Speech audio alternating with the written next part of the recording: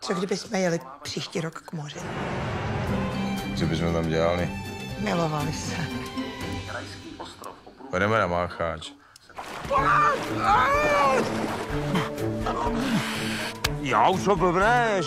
Já blbec jsem tě vůbec zachraňoval. Přivedl jsem vám tady novou posilu, Lucie Martinez. Lucie? Ano. Nezašla byste po práci na kafe? Ty, který bytostně nesnášíš. Nenávidíš vedro. Máš permanentku do sauny? Jsem tam sledoval podezřelou osobu. Oni potřebovali někoho zkušenýho. Do sauny, očumovat mladý, to jo. Ale se mnou k moři to ne. Dobrý den, pane spisovateli. Už zase jdete skákat.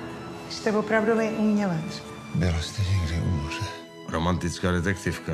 Prosím tě, co to čteš za blbost? To není žádná blbost. Detektivky nebývají romantický.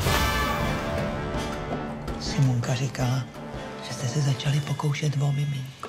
Nosíš trenýrky nebo slipy? To ti prosím tě, trenky. Chyba. Když chceš udělat kluka, tak musíš nosit slipy. Simonko, já myslím, že byste to teď neměli dělat. Nemáte byt. Standíček nemá práci.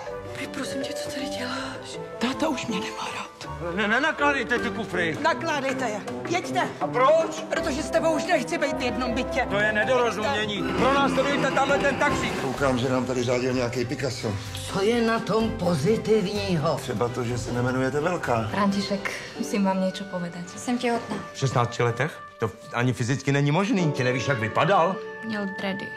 Je to on? Byl taky na tom festivalu. A tuhle se nekoukej, a tuhle se koukej. Ne. Buď rád, že máš děti. Víš, co abych za to dal? No, to si jenom myslíš, protože právě děti nemáš. Ježiši, staní. Ty jsi tak pěkný. Nejseš opravdu opožděnej. Co je? Co zase máte? Dneska je středa. Život je život.